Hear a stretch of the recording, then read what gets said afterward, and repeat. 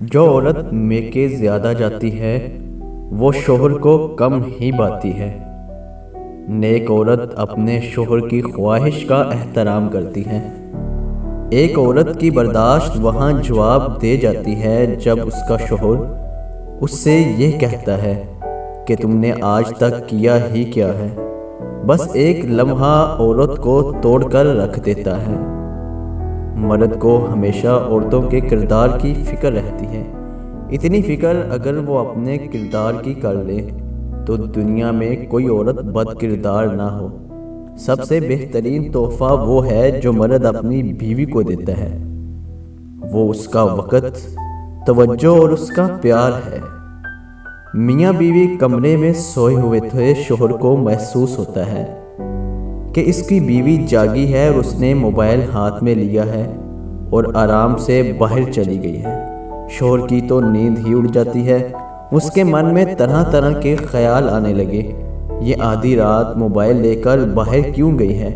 تھوڑی دیر بعد اس کی بیوی دبے پاؤں واپس آ کر آرام کے ساتھ اپنے بستر پر لیٹ گئی۔ شوہر بے چین تھا کہ کوئی چکر ہے۔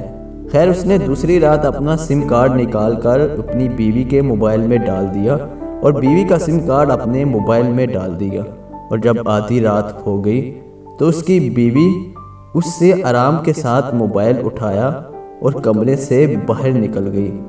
خاوند کو اور شک ہو گیا، اس کی بیوی کا کوئی چکر ہے کسی کے ساتھ، اور انتظار کرنے لگا کہ اب کوئی تو اس کے نمبر پر کال کرے گا، لیکن کسی نے بھی کال نہیں کی اور کچھ دیر بعد اس کی بیوی واپس آ کر لیٹ گئی۔ جب بیوی کے سو جانے کے بعد شوہر نے اس کا موبائل چیک کیا تو اس میں کوئی بھی نہ کال آئی اور نہ ہی گئی تھی، تو اس کا خاوند اور زیادہ شک میں پڑ گیا اور سوچا کہ شاید نمبر ڈیلیٹ ہو گیا ہو۔ اب اس نے پلان کیا کہ رات کو جا کر اسے رنگے ہاتھوں پکڑوں گا۔ اب وہ رات ہونے کا انتظار کرنے لگا۔ رات ہوئی تو اسی پہر ویسا ہوا، لڑکی کمرے سے باہر نکلی۔ 5 منٹ بعد اس کا خاوند بھی چھپ کر اس کے پیچھے گیا اور وہاں ایک سائڈ پر جا کر چھپ گیا اور سارا ماجرا دیکھنے لگا کہ اس کی بیوی آخر کرتی ہی کیا ہے۔